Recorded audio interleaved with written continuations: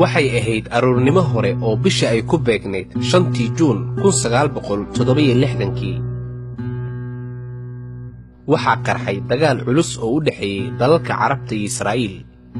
waa dagaal la magac baxay dagaalkii 6 bari afka cibriga ama yuhuudana waxa lagu yiraahdaa milhimaad sheeshaad hayamiin dagaalku wuxuu ahaa mid saansaantiisa hore looga dareemayay dunida islaamka dagaalku wuxuu ahaa mid ay isha ku hayeen dawladaha Carabta iyo kuwa islaamka iyadoo rajo wanaagsan laga qabay in Israa'iil dagaalkaasi dhulka lala simi doono kibirkeeda iyo dhul balaarsigeeda haddaba waxaa dhanka Carabta weerarka qaaday hoggaanka u hayay dalka Masar waxaana weerarka la qaaday Syria Jordan Iraq iyo Lubnaan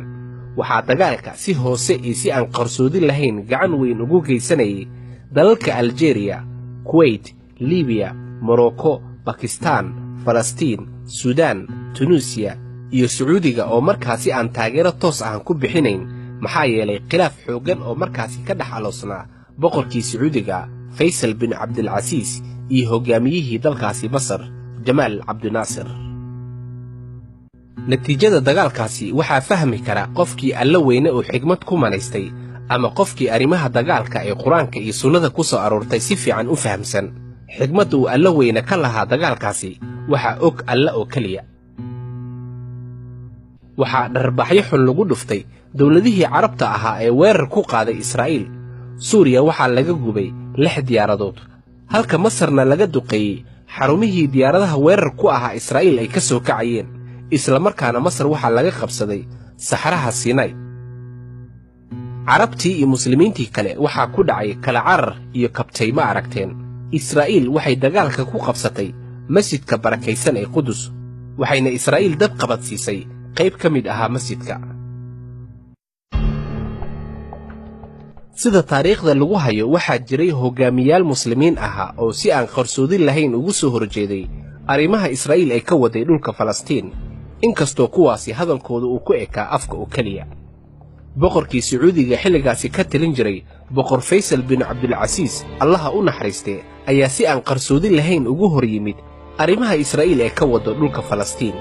Faisal wuxuu albaabada ka soo xirtay cid waliba oo doonaysay inay waawaan ku dhamayso arimaha Israa'iil ee ka wado dhulka Falastiin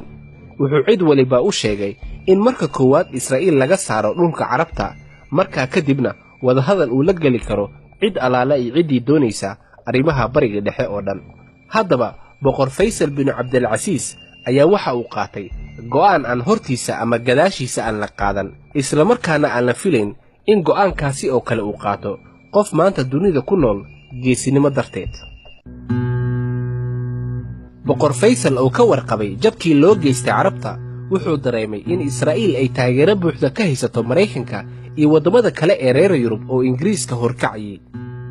wuxuu wareegto ku soo saaray inaan wax shidaal ah laga iibin karin dalalka Mareykanka iyo xulafadiisa wuxuuna si aan qarsoodi lahayn dadka ku baraarujiyay in aysan marnaba ku hoosnoolaan karin gumaysi iyo diin la dirir aan meelna loogu soo gamban إخواني ماذا ننتظر؟ هل ننتظر الضمير العالمي؟ أين هو الضمير العالمي؟ إن القدس الشريف يناديكم فماذا يخيفنا؟ هل نخشى الموت؟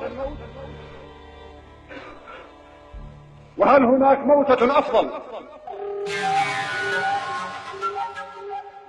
haddaba go'aankaasi uu soo saaray boqor Faisal waxa uu wadnaha gooyay Mareykanka iyo xulafadiisa waxa wadamada reer galbeedka ah laga dareemay shidaalkii laga keeni jiray Sacuudiga waxa safaf dhaadheer loo galay goobaha shidaalka laga iibsado dadka badankooda waxay u geeriyoodeen qabow daran oo wadamadaasi ka dhacay iyo shidaalka oo markaasi howlo badan ay u adeegsan jireen si arintaasi looga hortago CIA-da Mareykanka waxay dejiyeen qorshe lagu qaarijin lahaa boqor Faisal bin Abdul Aziz